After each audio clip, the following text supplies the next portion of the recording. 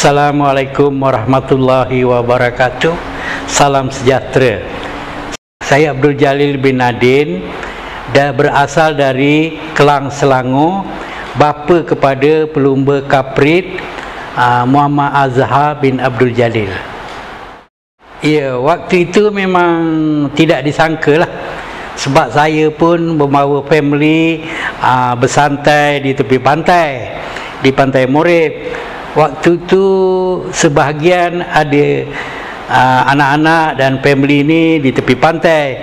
Jadi saya ke bahagian lain, saya terdengar suara motor pocket bike di satu kawasan. Jadi saya pun dekati, rupanya ada satu event untuk motor pocket bike.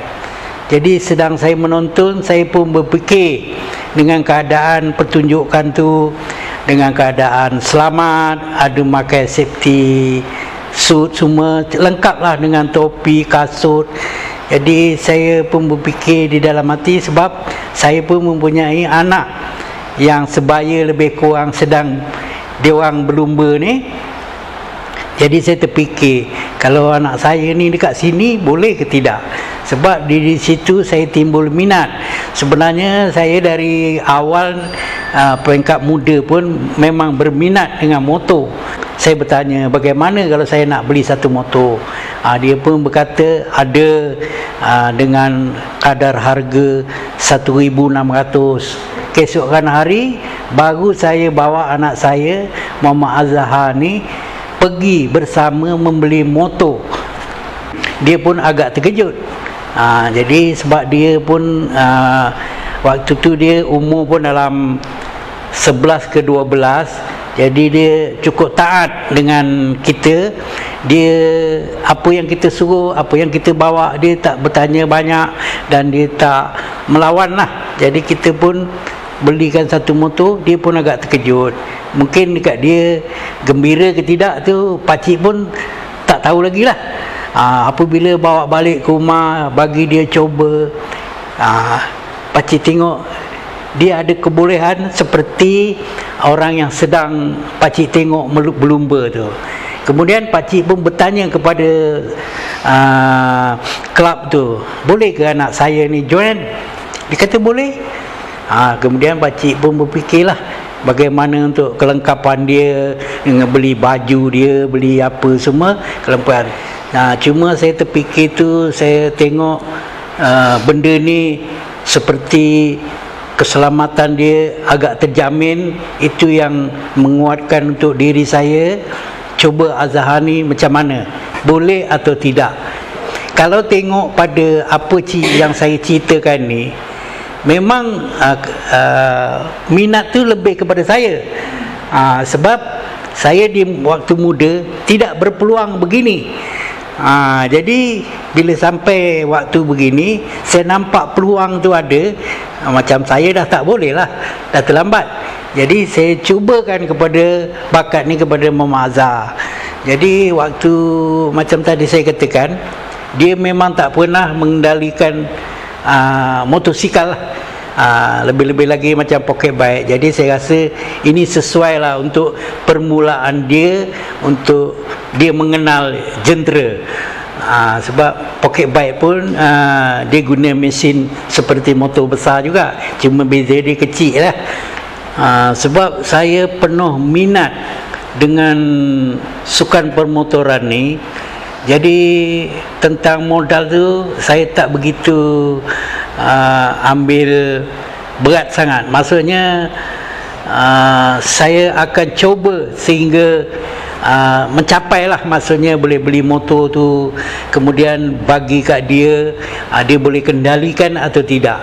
Kalau peringkat ini dia pun tidak boleh kendalikan, mungkin saya tamat di situ. Jadi apabila saya tengok beri dia peluang, bagi dia bawa, memang menampakkan lah, saya pun dapat menilai sendiri. Kebetulan pada waktu itu salah seorang dekat kelab Cilik Motorsport tu, dia memberitahu di Pasir Gudang minggu hadapan ada event, kalau pakcik nak join boleh. Jadi dia masuk peringkat junior.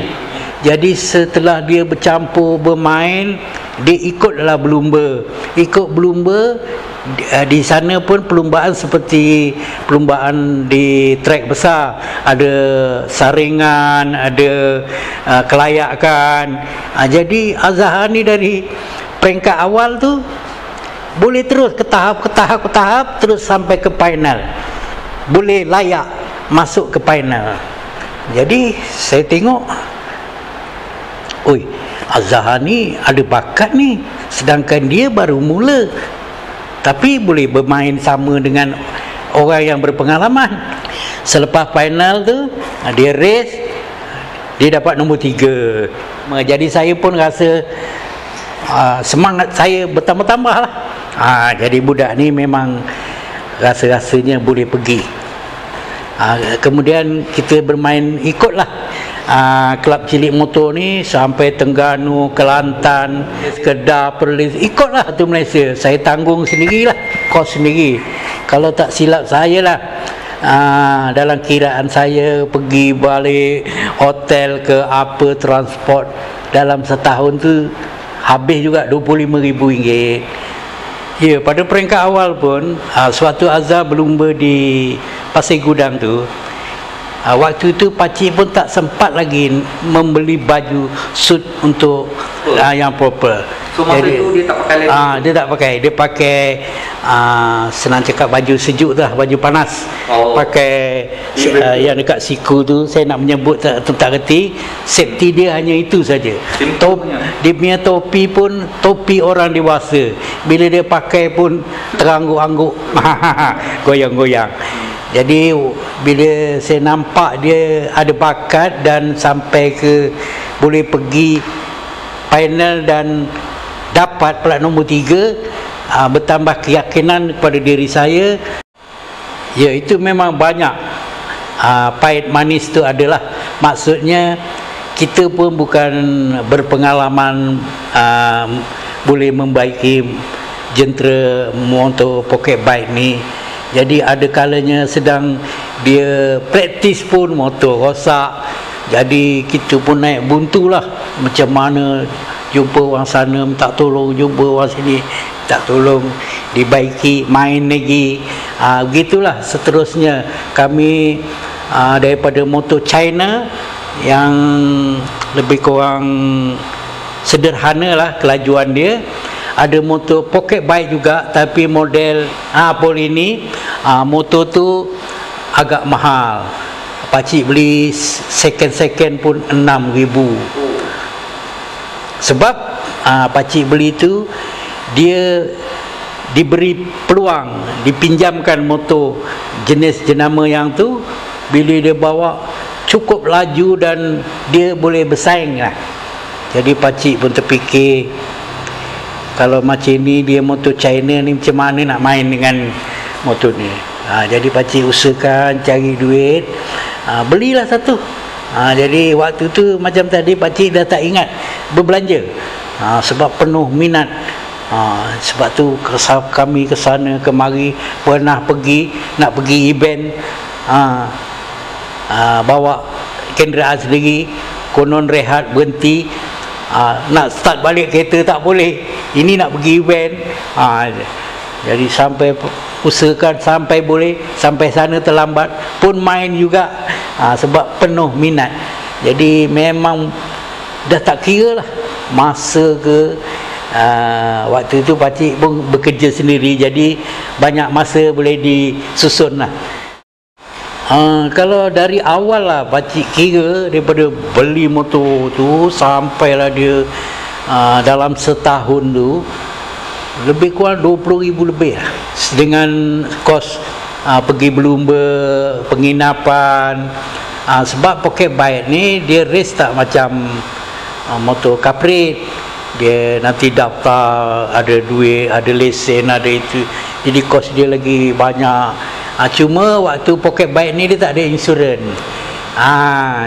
Jadi kalau macam kaprit ni memang dia berbelanja besar, dia ada insurans, ada apa, semua kena lengkap lah. Jadi pakcik kira lebih kurang 25,000 dalam setahun. Kami pun berlatih-latih lah di track elite. trek go-kart tu, suatu hari Wai Pang ni, saya pun tak kenal siapa tu Wai Pang.